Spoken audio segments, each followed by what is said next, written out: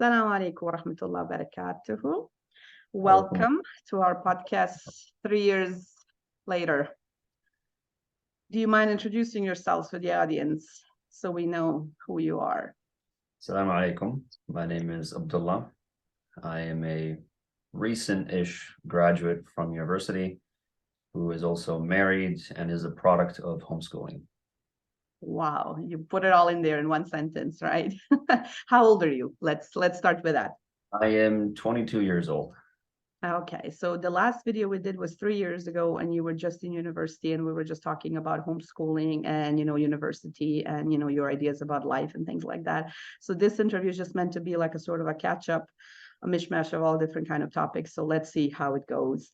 How was university? Tell us more about that. University was fun. I think it was a very formative experience that helped me branch out of my shell from homeschooling. And so I think my senior year of university was by far the most beneficial. I think I really benefited a lot from it. I had an internship with an organization located in my hometown. I had other opportunities to present, to talk to people, to, get outside of my comfort zone. And I think that really helped shape me for the workforce and for life in general. So you really enjoyed university because, when you were about to start university as a new graduate from homeschool, you were a bit anxious, how it is. And we were anxious as parents as well. How is this experiment going to turn out? So university overall has been a good experience, right? I would say so. I remember when I first started that the first classroom I was ever in for the purpose of schooling or education was in university in my freshman year. And so it's been something that I think if I did not have, I would have missed out on. I think it was beneficial, especially for my own career and my chosen career, as well as developing as a person. I think it really helped a lot in that sense. Looking back now at your homeschooling experience, do you wish you had gone to school? Would it have prepared you better for university, or do you feel you were adequately prepared for university? They are not quite so much university, but more so for life. I think with some people, they might benefit from being in a school environment where they can socialize and develop with people together. I myself, as an introvert or introverted type person, wouldn't have really mattered to me. I think not being in school helped me. I managed to be myself more at home and to, try to figure out what I want to do with my own life. And so, but I've noticed some deficiencies when I entered the workforce, working different jobs and being in different environments that, some folks who might be more social might struggle with being alienated at home with homeschooling, which is why I recommend doing what we did. And we had these homeschooling networks that really helped socialize people, help them get together and to, realize their goals as a common identity, right? And so I think overall, though, I really can't say that I regret it. I think it was great. It was amazing. I think it helped me excel or exceed my peers in many aspects. And if I went to school, I think I would have been maybe hindered by other things or even external factors. So you were, when you started university, you were 18, right? And so you were already kind of your own person with your own worldviews and things like that. So I think it was maybe easier to face mixing with others, right? Because I think once kids are really young and then they're forced to mix with others and there's a lot of influence from the outside, it's very hard for like a 8-9-year-old to be their own person and hold their own ground, right? And still continue to be themselves, right? So I think the idea of starting university, it's a lot of homeschoolers kind of say, okay, we didn't go to school so far, so why even university, right? So we kind of took the idea like, okay, you're old enough, I think you can do it, and your brother as well, he's in university right now, so I don't think it's been a bad choice to pursue the higher education, right? Not at all, because it really helps you go from that point of not being in school, not being exposed to the professional environment, and then not so much molding you as to how they want you. It's more so giving you the tools required to excel yourself and to develop yourself into the workforce and to, understand the responsibilities that are required from yourself as a person. And so, in university, I had workshops on how to build a resume, on how to, write a cover letter. I've had a lot of mentors and mentees. I've talked to professors, talked to instructors, and really learned a lot from each person that I've been with. And they really influenced how I go through with my life. I've learned how to write good emails for working, for other purposes. And, coming from a homeschooling background, some of those skills would not have been discussed until you're about to get your own job, right? Or or until Because you you're didn't really need them. You really didn't need them. like, high school doesn't need to know how to write a good cover letter for a career because they're not in it yet, right? And so I think if you went from homeschooling to nothing, you could make it work if you're self-driven to a crazy extent, or if you're very like industrious, that is possible. But I think, university does give you the tools required to achieve a lot of those things. And there's a lot of freedom in university, right? Like, I mean, compared to high school or elementary school, like, where everybody has to follow the same curriculum. In university, you're picking your own courses. So are you happy with the courses and the degree you picked? Like, because degree is beneficial in some aspects, in some other aspects, not quite so much. They say more so it's the connections you make in university and what you make of your own time, right? I know of classmates and friends who took courses or even majors that weren't suited for any actual career. They're more so general courses, general degrees that really don't apply to any particular field. And they were paying the price of it towards the end. They might have to take a master's degree or even further education, right? I think with my choice, though, it all depends on what you made of your time in university. So the fact of the matter is that, I took extra stuff, extra courses. I took chances that, weren't normal. I applied for an internship. I took a course as a mentor, and I mentored first-year students, and stuff along those lines is what can make you differentiate yourself from the rest of the crowd and allow you to make your experience like worthwhile. So you kind of crafted your own unique university experience, right? Like you picked courses that were suited to you, picked foreign languages that were suited to you, outside, experience and things like that. How about work? Did you work? Or when did you start working? Because you talk about work and resumes and things like that. So yeah, so I started working. My first job was near the end of my first year, almost beginning of COVID, pre-COVID, just about. Is when I started first working my first job, and then I applied for another job with the local government, and I got in there. And so I've been working for about 3 or 4 years now, give or take. And I worked a few different jobs. I've worked in landscaping, I've worked in horticulture, I've worked in maintenance, janitorial services, and I've also worked in my chosen field as well. And so I started working pretty early on, especially in the breaks between school and the first and second semester. In the summers, worked full-time, sometimes 2 jobs at a time. And then in some cases, I would also work part-time throughout school. So into the fall semester, into the winter. With most jobs, though, they would taper off by the end of December, beginning of January, right? And I would then pick it back up as the summer, spring started. Because in Canada, we have winters, and winters tend to be pretty depressing, and they tend to be pretty, not much going on. Not much landscaping going on in wintertime, right?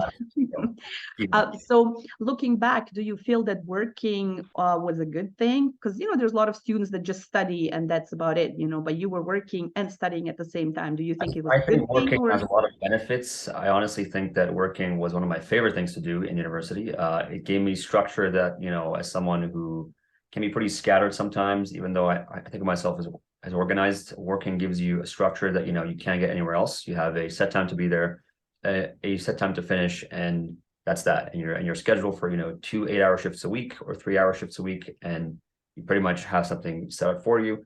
It gives you structure and also a lot of discipline, and it lets you, taste how it feels to work certain jobs and certain industries, and it allows you to develop yourself as a person and to also expose you to a lot of different environments, not just working environments, but also like the social environments. How do you deal with people? How do you deal with supervisors, managers? How do you deal with employees? How do you deal with the public, customers, clients, all these different types of things? I think it's very beneficial. And I think I learned a lot working with people. I think that is what kind of helped me develop my own social skills, which I think I might have lacked back in high school as a homeschooler, right? Who was also introverted. Do you think it was beneficial that you were working in sort of physical labor type jobs, or like in this sort of service industry, or like, because it wasn't really the chosen field, like you were not really doing academic type of jobs, like, you were doing landscaping. I mean, besides stuff like the internship or other jobs that I might have had, most of my career or jobs so far have been in labor fields. I worked in landscaping, horticulture, landscape construction. And I think it was beneficial because I like to be kind of physical, and I think it really helps pay off when you do work with your own 2 hands. I think it makes a big difference, and it really allows you to develop as a person and, learn the value of actual hard work versus just, taking stuff for granted. And I think it really helped build a lot of discipline, and it allowed me to, learn the value of money and my own time. And I realized, okay, this is nice now. And do I want to see myself doing this for, 20 years or only a couple of years, right? And so it gives you more motivation to pursue greater things, I think. So like, and that's something what we wanted for you guys as parents, right? Like we wanted you to experience all sides of the spectrum, like, to see the physical labor, to see the different branches, and then, hoping that this might inspire you to take your academic studies more seriously, right? So then you can kind of pursue, because, physical labor is physical, you can only do it for so long. And then, you want to do something with your mind, and you want to do something that's fulfilling for you as well. So you've been studying. Do you think that students should pursue both if possible, or was it really tough time management wise? Like, was it really I hard? think it depends on the student. I think you have to take it with a very nuanced perspective, because it's very easy to get overwhelmed in both. I've been there both times myself. I've been at a point where I was working 30, 40 hours a week while pursuing school studies. And I think that was not beneficial for my own self. I think that I gave too much weight and time towards the work than I did the studies. And it showed in my studies after, whether it was past deadlines, whether it was, issues with missing classes and getting on top of things. I think it's important to have a balance of both.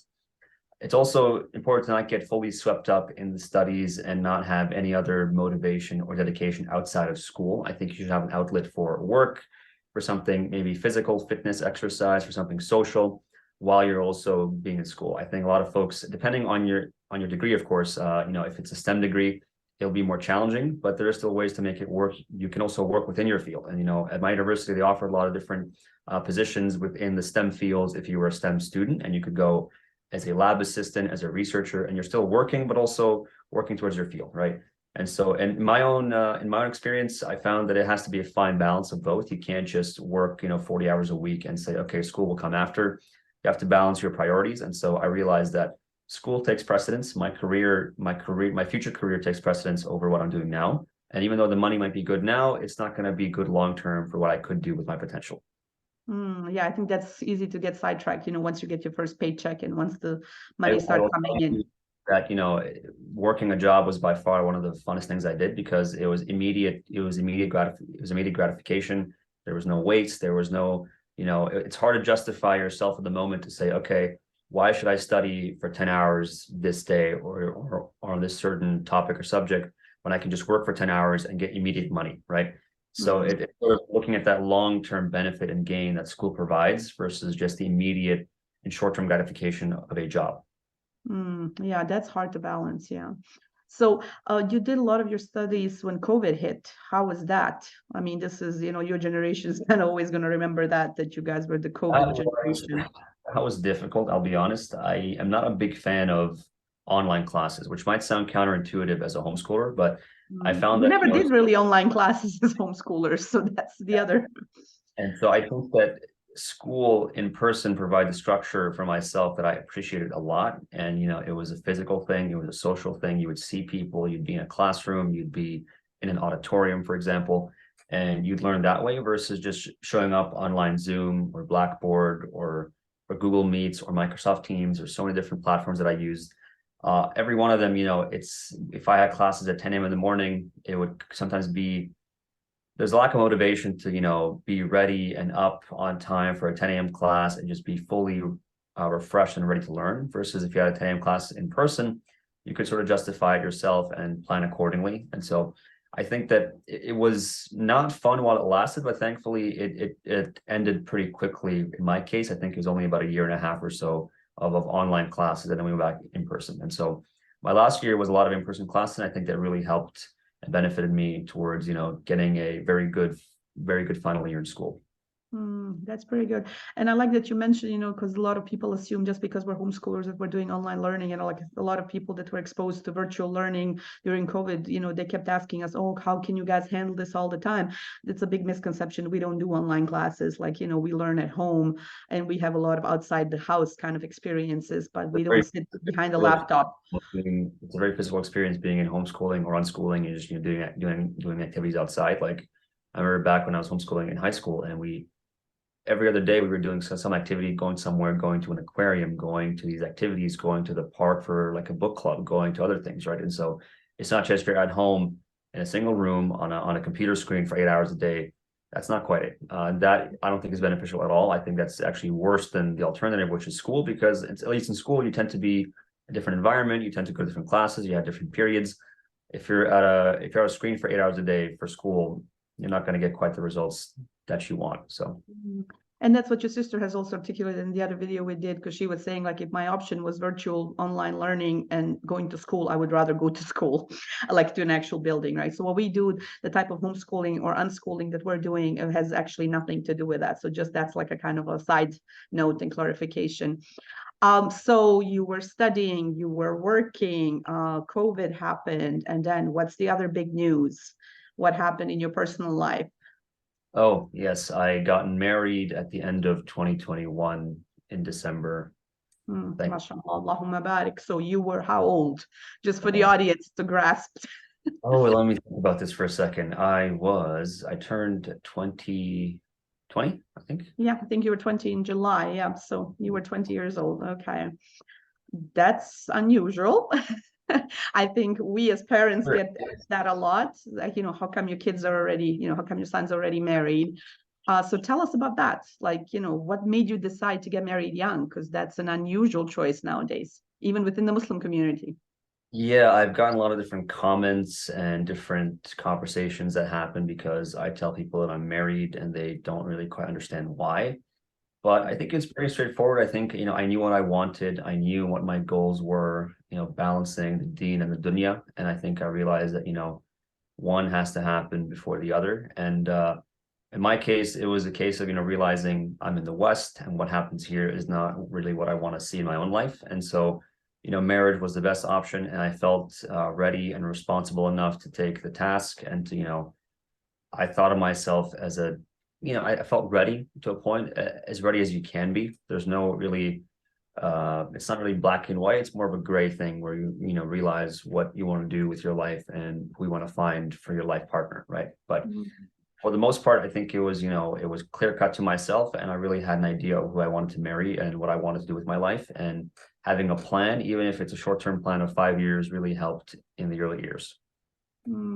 So we often get asked as parents, how do you know he was ready? How did you, start the process? Or like, what was the conversation? And I always tell the parents or the moms that I'm talking to, you're not ready until you're actually in the situation. So the situation itself gives you the maturity, right? Once you have somebody, you start caring for them. You start, making life plans, based on the other person.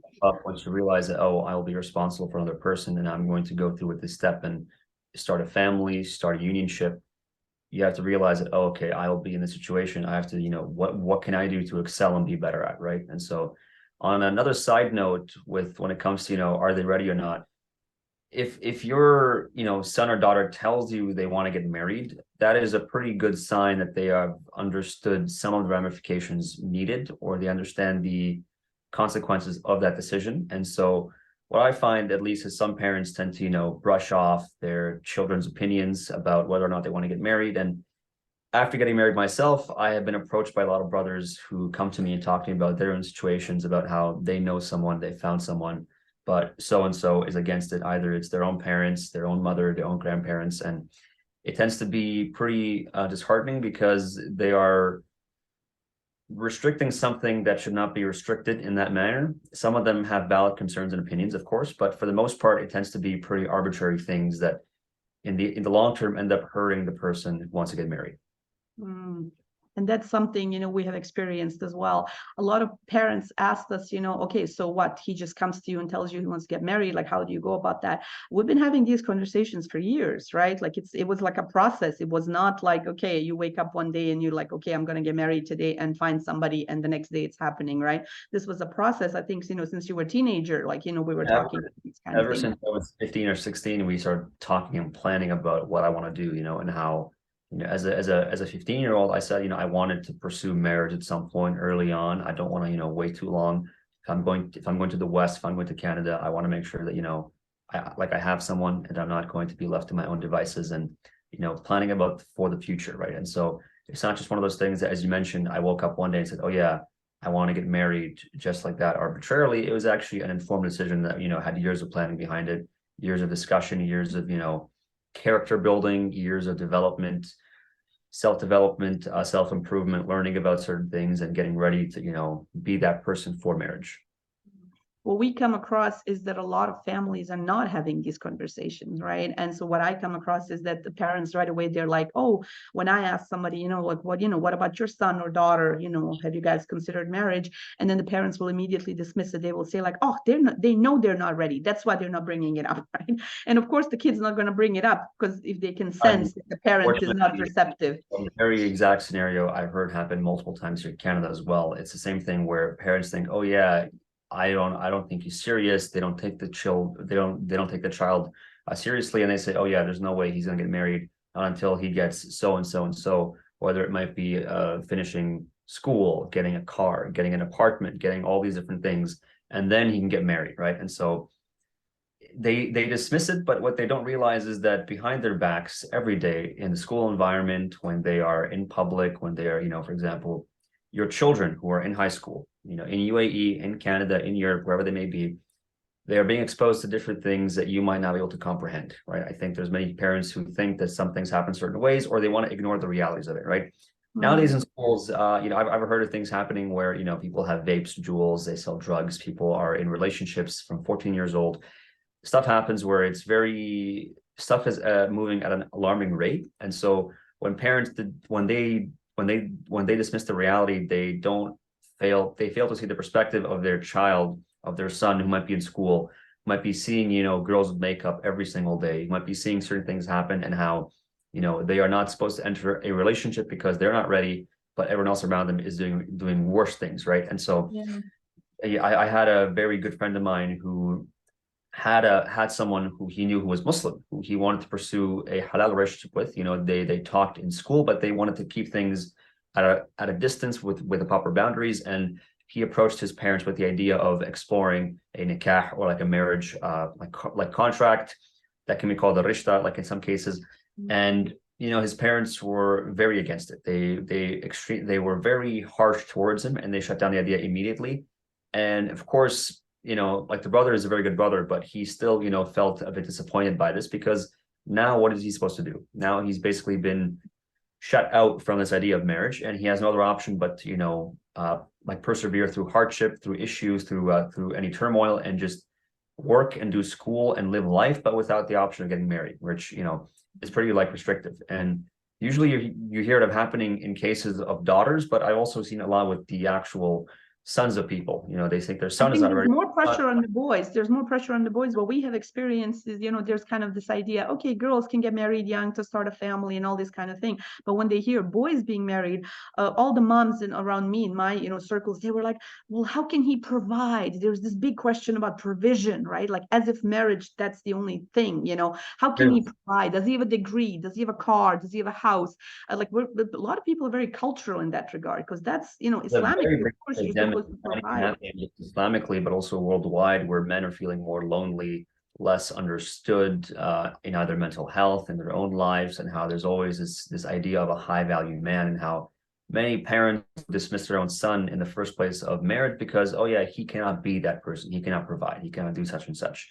I think that's not true. I think a lot of men tend to be very self-driven. They have motivation, they have a drive to do better and to self-improve. And I've seen a lot of these like brothers myself, but sometimes their parents tend to put arbitrary restrictions. Sometimes they are realistic in terms of financial burdens and so on, but there are ways to make marriage more accessible and easier to work towards. For example, in the case of a brother that I do know, he also got married young. I think he got married around 21 or 22 years of age. And what his parents had done, he comes also from very cultural background as well, but his parents gave him the authority to basically do the rishta first, actually have a nikah contract.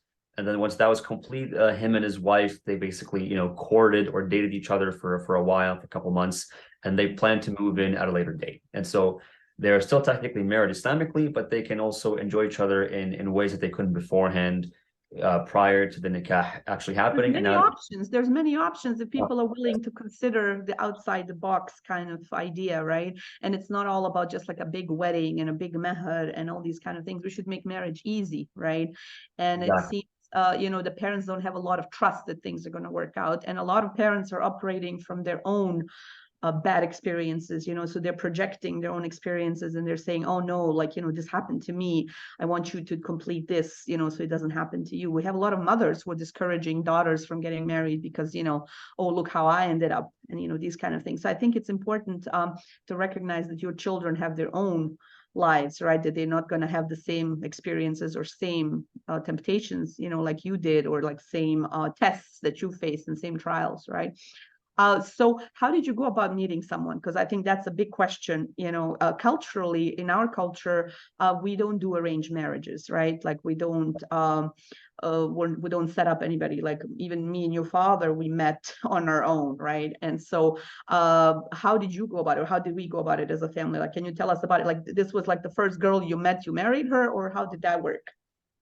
So the way we went about it was we would always be in contact with people, with families, with such means, and we would contact folks based on the premise of marriage. Okay, I am the son of the family. I want to approach for marriage. I've talked to fathers, talked to uncles, talked to families. I've had my mother, talk to mothers as well on the idea of marriage, and branch out that way and talk to families and see what way we can accommodate and who might be interested. And in some cases, I'm not really the type of person who would approach someone on the street and talk freely in that sense. I wanted something that's more conservative in a way, like if you will.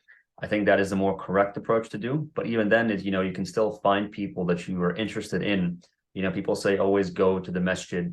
See who's social, see who do you notice. Do you notice a brother who has a sister? Do you notice families here? Do you notice, there So might be a basically daughter. like connection in the community, right? Because I think, what we see a lot of times online, people are like, oh, there's no good Muslims left. I think there's a whole lot of them left. It's just A lot like, of them are left. Many don't let themselves be shown or known, which I think is the key, because where are you finding these people? Are you looking in the wrong places, the right places, right? If you're looking in the masjid with the community members who are active, who know people, who know so-and-so has a daughter, has a son who is good, who's successful, who is this type of person, this type of personality, he's a Muslim, he's this and this, you have a much better chance of success versus, looking outside socially to your workplace, to your club, to your whatever else in school. You got to look in the right places, right? And so that was the approach that we took, and we talked to different families, started looking for connections. I talked to, friends and family, my friends in school, who might they know? Do they know someone who might be interested in marriage? What are their life goals, life plans? And so that is the approach that we took. you And had an idea of what kind of person you were looking for, right? Like it wasn't just like a random, okay, give me a Muslim girl off the street. I had exactly, that's a key thing as well. You have to know exactly what you want in a person. You can't just say I want to get married and not say what you want to get, who you want to get married to, right? I think that's also the fault of some young folks my age who they don't know what they're looking for. They don't know what they want yet. They don't know what their life goals, life plans are. I think you have to sit down and reflect on your own decisions and what you want to do with yourself and who you want to marry. So what I did was I made a list. I made like a bullet point of what the qualities I'm looking for in a spouse, the factors that I think would accommodate, life in the future.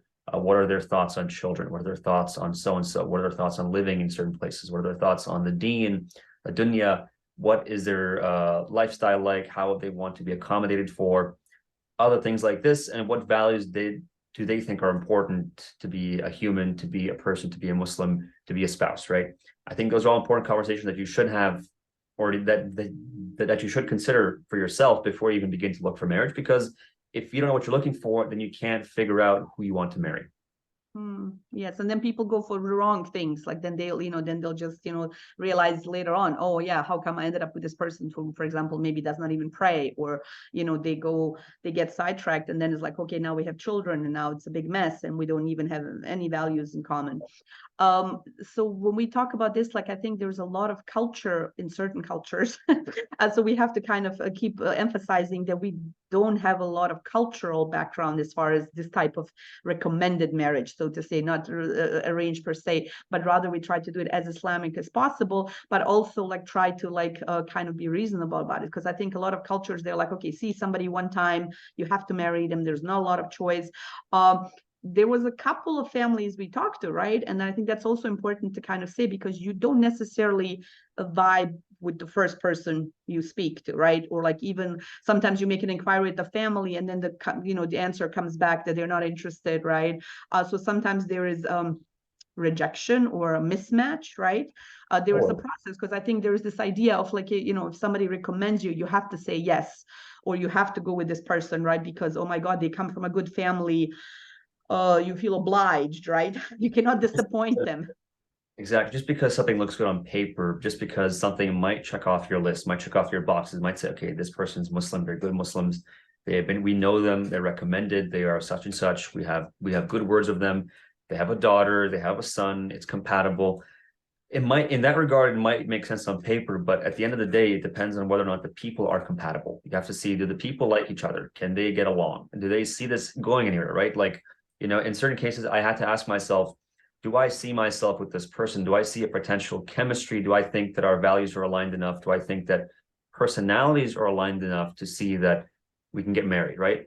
On paper, it might have been incredible, might have been amazing, might have been, everything on my list might have been crossed off, might have been checked off. But at the end of the day, if something isn't there with chemistry, with the compatibility of it, it's not gonna work out. It has to be, you have to have to be open to that idea that not every conversation is going to work out. And I think there's a lot of pressure culturally to just say yes, to force people into relationships that they're not ready for. They have the external pressure to just accept anything that comes to them, and they think this is the best we can get. I think it's a very bad mentality. I don't think anyone should ever choose to settle. I think that, if you think to yourself that you're settling, you are doing damage towards the other person. You are not doing them a favor. You're causing hurt all around for yourself as well as them. So you should always strive for the best and strive for what you think will be the best fit for you as a person. More so talking towards the youth here, but also for the parents to understand that, just because you had a proposal happen or you had a conversation for marriage, and it doesn't mean that it has to go right. Like you pray istikhara, you make your choices, you make the assessment, you talk to people, ask for advice, talk to your children, talk to your son or daughter. How do they feel? If they're not 100% on board with it, then don't go through it. I think that's a big mistake that some people make, is they think, it's amazing. This is amazing. This sister is amazing. They are incredible. Why are you not getting married to them? What is the problem, right? But in some cases, it doesn't. There is no spark. There's no chemistry. There is no. Sometimes, how young people put it, like the vibe is not there, right? And so if that's the case, if you don't have the energy in yourself for marriage for that person, don't marry them. Like I've heard of stories happen where, folks get married and then half a year later they realize that, oh yeah, like those feelings that I had on the day of my wedding, on the day of getting the contract done, were actually true feelings, and they weren't just going to wear off over time. They didn't feel that they wanted to get married to this person, even though the person themselves was the way you feel from the beginning, that it kind of stays, like, that first kind of connection. So I think this is important here, that we encouraged, basically with families' permission, we encouraged some contact. Like I think there's a lot of culture involved, where people are very, very protective on one side, and then on the other side they're very loose, like with the outside world, right? People are dating and having secret boyfriends and all that, but then when it comes to marriage, they're very strict and they don't allow any conversation and all these kind of things. So we try to strike a balance in terms of like, okay, communication, of course, with families' permission, but also where the young couple could actually meet each other and speak to each other and have opportunities before they got married. So just to give us a time frame, from the moment you met your future wife to the time you got married, how much time did pass in between? That was a good, give or take, 10 or 11 months from the time that we met and discussed the topic of marriage to when we actually had the marriage contract done and complete. So you could say it was a phase of, courtship, right? Good 11 or 10 months. And I think those months were very vital in discussing, they weren't, per se, it wasn't like fluff conversation. It was all beneficial, to the point conversation, talking about certain things and getting a feel for who the other person is or could be, right? And so you can only know so much before you get married, but you can also do your best to inquire about certain things, about qualities, about characteristics, about what they are, who they believe, and so on. And so in that case, we discussed pretty much every major topic about life until we got married. And so we discussed, future plans. What are my plans for my career? Plans for school, plans for education, plans for children, plans for location, plans for finances, plans for everything. We discussed our ideas, our values, what we believe in. How do you want to raise our kids? Do we believe in doing this or that? Do we want to homeschool them? All these topics were discussed prior to marriage even happening. Because I think what happens in some cases, people have one or two conversations, very general, very broad topic. Oh, you believe in Islam, you pray 5 times a day, you do this, awesome. Do you think that he will work? He will work. Do you think he will live here? He will live there. Okay, it's good to go. Not quite. I think that, but that leads to later down the line is a lot of different gaps that tend to be found out that happen sporadically. And you realize, wait a second, I didn't know this person believed in this. I didn't know this person was this way. I couldn't have known. But which is why you should The have right vetted. questions, nobody has actually discussed it, right? And again, there is this idea, you cannot prevent all the red flags, like, sometimes, qadr Allah issues will happen. But generally speaking, even my experience working with moms in the community has been that a lot of them got married without ever talking about anything important, right? And there is a lot of cultural emphasis, on like, let's do the big wedding or let's do this and whatever, but then actually topics that are related to the couple itself, how they're going to live, they're not discussed. Now let's just backtrack here because I think a lot of people might be curious, how did this get to know process work? You guys saw each other in person, right? And you guys also spoke online, right? Because I think there was COVID at that same time happening. So just to clarify that we are not against face-to-face contact, because I think it's incredibly important. And I think your future father-in-law at that point, he had, when we made the inquiries, he kind of said, let them see each other in person right away before we even continue with any further questions, because I think it's important to see each other. And that's also Islamically, we know the importance of seeing, from the hadith from the Prophet ﷺ, where he said, to Jabir, like, did you go see her? Like, did you, so it's important to see that, because I think in the Muslim community, there's a lot of extremes, right? So we're kind of confused on how to go about that. So we approached the family, and then you guys went to see each other, right? Like with family present, and then you guys communicated, in person and over Zoom and through phone calls and things like that, right? Do you feel this was sufficient to get to know somebody, the timing? Do you wish there was more time or less time? Less time could have been nicer. I think the longer timeline was due to issues for travel and for COVID. Because of COVID, yeah. Pardon it. But besides that, also like the vaccines were happening around that time as well, so that kind of made it difficult. But besides that, I mean, I think it was a good, adequate amount of discussion, contact, face-to-face, and also supervised conversation online. This is not to say that all these things were not happening privately. They were not. They were very publicly out there. We discussed topics that, we always relayed back to our parents, back to individual people, and we discussed certain things. And it was not ever going to be a khulwa where it was like a covering between two people. It was always going to be, someone else was inquired of it as well. And so I think that's very important, because even when we Zoomed, for example, or we talked through like the video calls, she was fully covered. Her brother was there like as a mahram, and it was a conversation like that versus just a free conversation between two people, because again, if there's only two people, the third one like a shaitan, right? And so that's important to note. But besides that, I think it was very beneficial to have a longer timeline of talking and discussing details and realizing what is important to each other, right? And so that timeline can be shorter or longer depending on how frequently you discuss things, right? The way we did it at a bit of a slower pace. We only talked 2 or 3 times a week in general conversation with regarding to topics, life, and so on. And we kept it not as frequent because we knew the timeline would be longer regardless because of COVID. Yeah, because you were gone to university and you could only come in during the winter break. And if it were to be different, we would have maybe maybe expedited the conversation and how fast it went and what we talked about more. But we made sure to have enough conversations to discuss over a longer period of time. So it's not so much the time as far as months, but rather the topics that have been discussed, exactly. right? What the quality of the conversation. So we met at least a couple of times in person before I left the UAE back for Canada, and we discussed a lot of the major topics, then major points about lifestyle plans. What are you as a person? What are our values? What is the game plan? What do you want to do with your life, right? And so on our first meeting, I had a pretty well laid out game plan of what I want to do in my career, how I want to establish myself, what I want to do 5 and 10 years down the line. What is my final plan? What is my plan for children and school? And so I had already crafted this up, maybe a year or two before. I've always been, in a planning stage or phase to realize what could happen, right? And so I had that established, and then I asked them, do you feel comfortable in pursuing this or leaving, going to a certain country, doing these things? How do you want to fit yourself in? Are you compatible?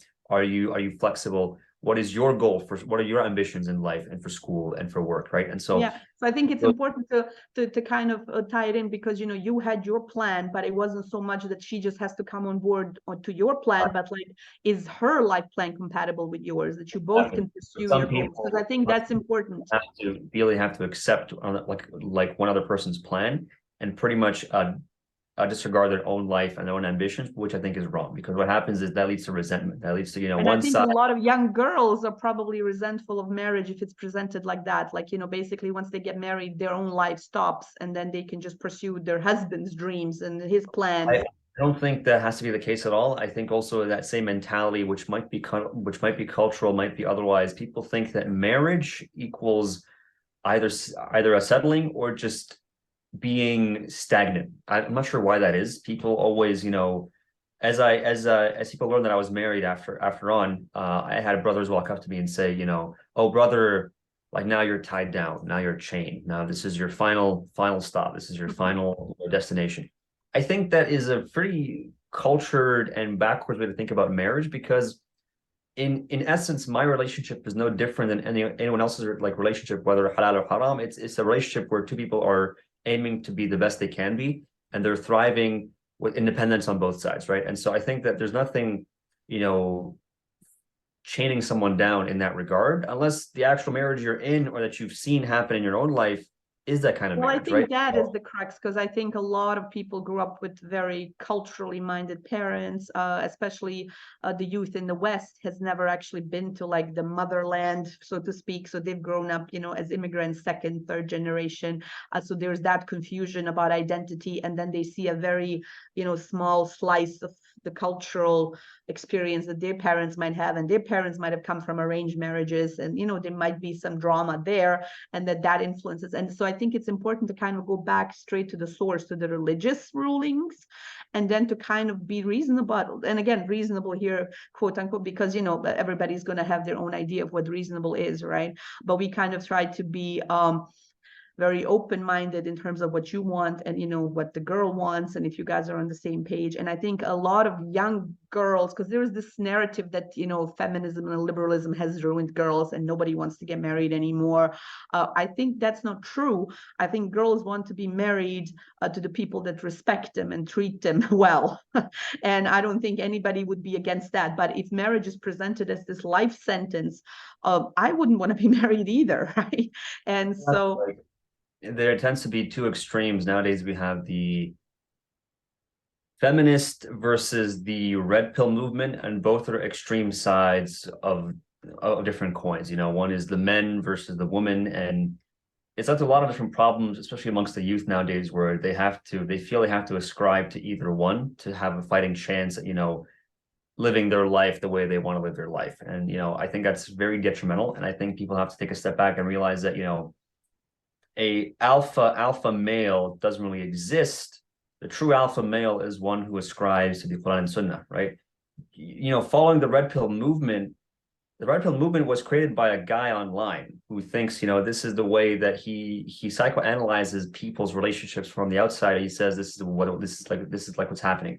The whole thing is very pseudoscientific, and it's basically pseudo masculinity. It's not even real masculinity. It's sort of this hyperbole of different images and ideas when of these what ideas that are presented online, when they are either from the male toxic environment or the female feminist kind of environment that they're presented online, when that is mixed with the actual situation that's happening in these cultural immigrant homes, that's a deadly recipe, right? Because the youth is not having straight up conversations with their parents, and then they're just going online and they're getting these ideas.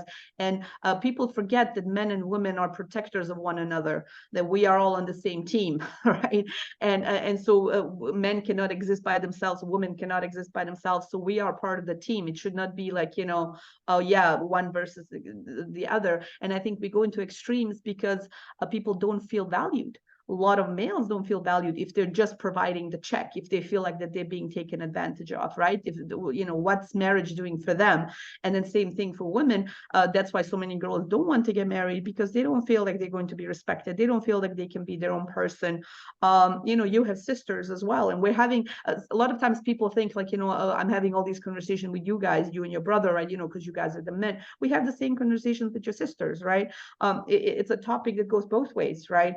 And so I think that's the missing ingredient that people are forgetting, that it should be a relationship where both sides feel heard, right? Yeah, And I don't think young people don't want to get married. I think they're just confused on how to go about it, and there is no real guidance coming from their families. and I feel at the same time, you know, parents tend to miss that step, as you said. You know, there's no guidance coming from their side because they don't fully understand the dynamics either. And I think nowadays, as you mentioned, you know, men feel like they're just one dimensional. I've heard stories of men being, you know, in the hundred thousands of dirhams, $30,000 and stuff that's really absurd and excessive, because and then it feels like, you know, you're not being married for the purpose of being married to a person. You're getting married for financial reasons or otherwise. Or even then with women, they think, you know, marriage for them is the end result of them getting devalued and thrown to the side as just an accessory to a man, which is not how it should be. There's a whole different dynamic that should be there, which is the Islamic version, which, you know, you should have a respectful relationship between man and wife, and who have rights over each other, and that should strive to be the best they can be in the eyes of Allah, as well as you know, good upstanding citizens like in society, right? And Yes, I think that's the important part. So you've been married now for a while. You've been out of university now. You're working. You're only 22, right? Do you feel like you don't fit in at all? Or do you feel like other people your age have similar experiences? Like, how do you make that work? that's a tough one. I mean, not that I don't fit in. I mean, I've seen, you know, I have people, peers my age who are working in a career, for example. Many of them might not be Muslim, many of them might not be married or established in long-term relationships. Some are and some are. As someone who's married at 22, working in a career, I've gotten weird looks. I've gotten different comments, different perspectives, you know, mostly from non-Muslims, even from Muslims, about how, oh, it's early. You know, are you even established yet? Do you have such and such ready for you? Can you do these things? Can you provide? And I honestly find those questions to be a bit ridiculous, because, you know, no one knows what happens from the outside, right? And I think, you know, there is that alienating aspect where I'm seen as something like, oh, he is different from the rest. You know, he's taken a different approach. He's not like the other people, right? Which I think is a wrong mentality to have. I think it's just, you know, it's not common when I think it should be the norm nowadays, right? And so, you know, people have told me that, you know, either I act more mature, or some folks have told me that I look older. I had comments about, you know, in my chosen profession, about how I look like a baby and why am I there to do the job that I'm doing. You're too young. So it's, for certain things you're too young, for certain things you're too old. Comment. I don't know how I feel about that, but, you know, and then I've had comments say, oh yeah, well, you know, you have a baby face with a beard, and, you know, I'm like, okay, well, I don't know if that's the goal, but stuff like that made me, you know, think about where I stand in relation to others. And I don't think it really matters what people think or say, because like, you're living your own life, right? And so my choices shouldn't affect how you define your own life, right? I think it's important to know that everyone has their own steps, and I think that comparison is the thief of joy, right? If you compare things, you're not going to get anywhere in life, because, you know, I could say, oh yeah, well, there's a 19-year-old who already has his own business and who's running things much better than I ever could at that age. But it's not for me to say, right? Because everyone has their own journeys, and I really cannot complain or say anything wrong about my own journey, because everyone has their own ways and own destinations to make. And I think, you know, at this age, being married is more of a blessing than I can ever imagine. And I think, you know, I can only be thankful. Alhamdulillah. We as parents, we get a lot of comments, because I don't want to take away from the interview with your brother, but your brother is also engaged and he's about to be married, inshallah, next year. And so when people hear that both of you are, you know, married or getting married young, we also have kind of that weird feedback from other people, and there's a lot of comparison. And I love what you said, you know, that our choices are not a judgment of other people's ways of lives, right? As I think, you know, when we say that we're homeschooling, and when we say that, you know, we're pursuing certain things, things. That's not a judgment about other people's choices. Like, this is really just the path we have chosen with Allah's help, right? And so when other people are struggling with certain issues, like, right away it seems like they get defensive, right? Like they start like, oh, but like, I could never do that, or I could, do this. This has been, for us as parents, at least, this has been, 20 years in motion, right? Like, it has been a journey, and there has been no guarantees how any of you would turn out, and there's still no guarantees for any of us, right? We make dua and we try to do our best, right?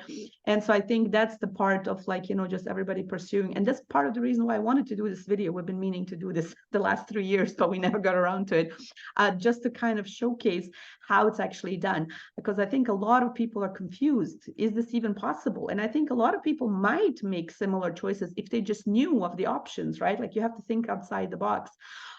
I just wanted to kind of, I think we've been talking for a while now, just to finish up with a little bit of practical kind of things, because this is what comes up in the community, so how have we helped you, or how have we made this marriage work for you? Like, I just want to bring it up as a parent.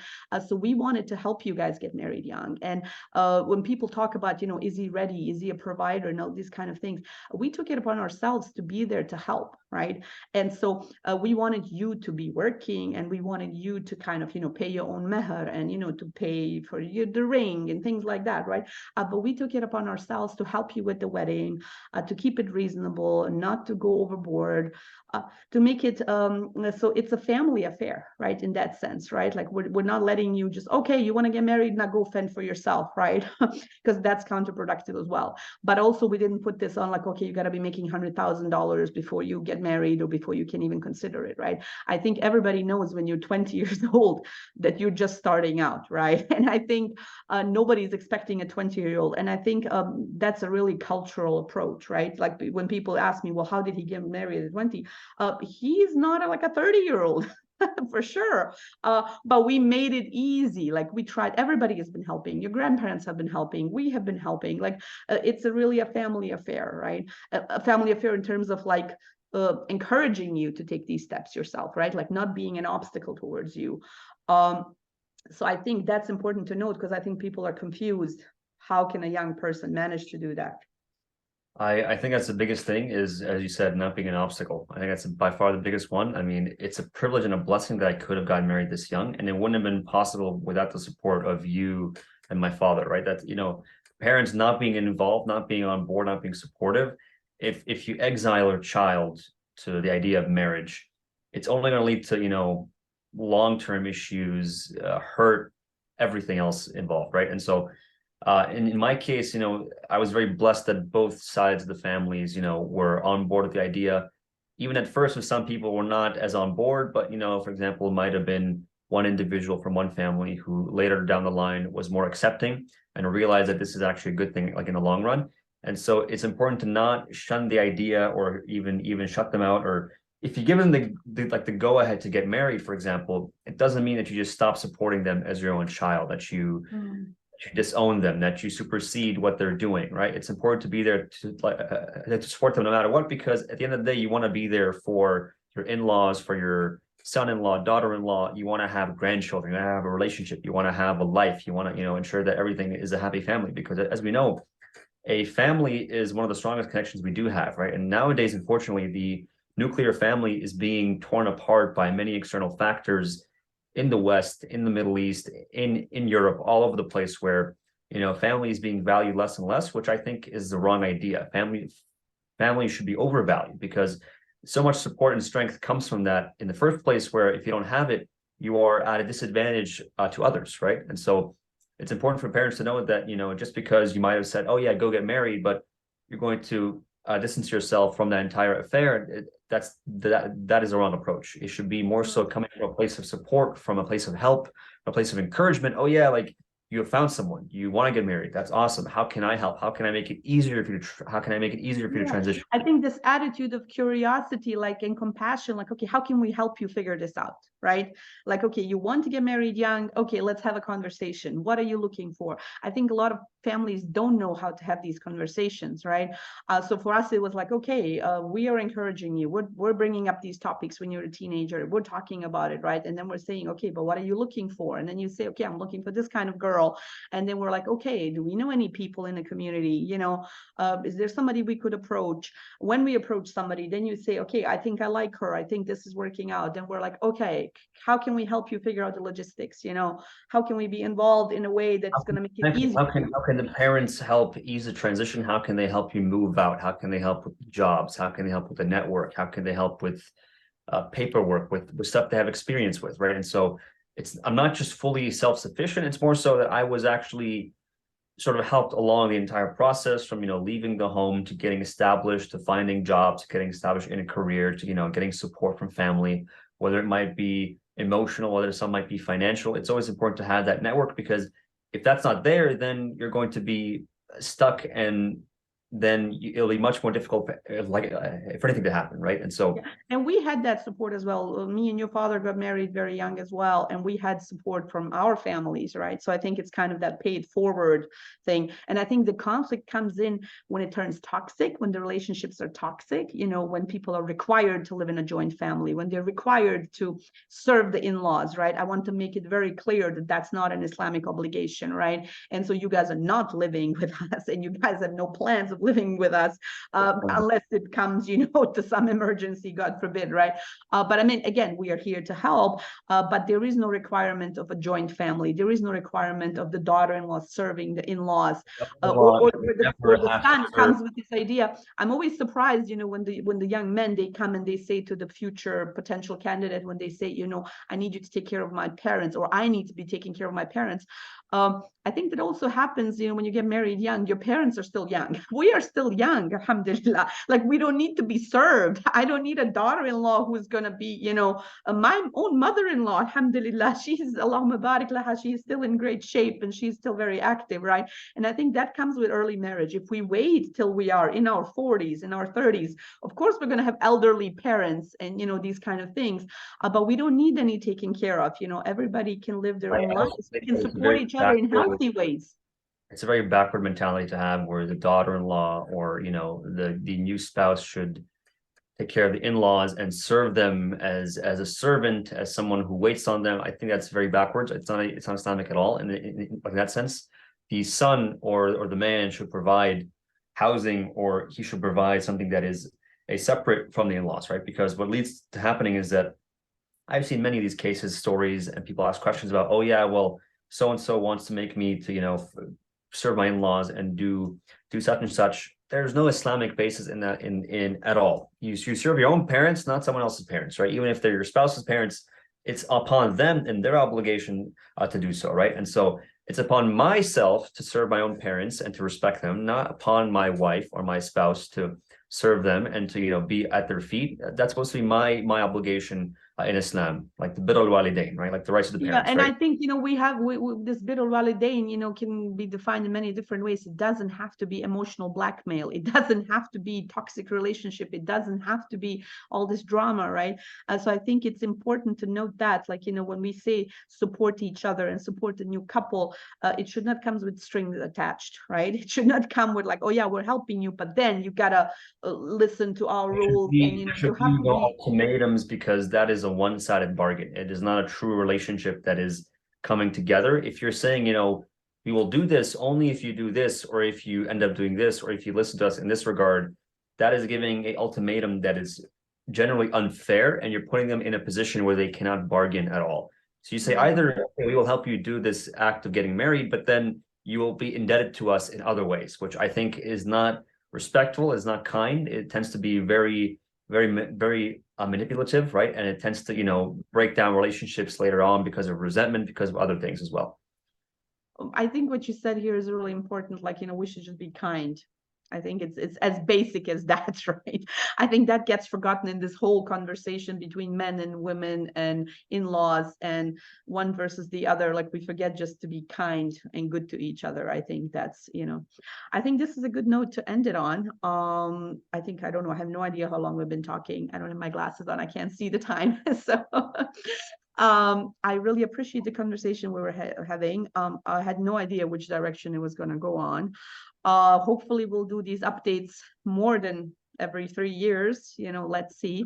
I have an interview planned with your brother, inshallah, hopefully next week. Let's see how it goes. And then your sisters, obviously, as they're growing up, they have ideas. And, I'm sure if anybody else has questions, you can put them in the comments below, and then we'll try to come back and answer, because I think this might be I think there might be more people out there who are facing similar challenges, right? And this is the reason why we want to put this out there, because we've gotten so many comments over the last 2 years that you've been married, like, how come? How is this happening? How did you make it happen? And I think people are eager to know, and particularly the youth might be interested, because I think you get asked these questions a lot. And I think the young girls that I'm seeing, they get asked, how come? And, and how is the process? And how can we make it reasonable in 2023? How can we not go back to some cultural norms that are outdated? And how can we do the right thing, religiously? So I appreciate the conversation, and hopefully we'll have more of these, and we'll put it out there for the world to see. All right. Jazakallah khair, and thank you so much. And we'll talk soon again, inshallah. Assalamu alaikum. Salam.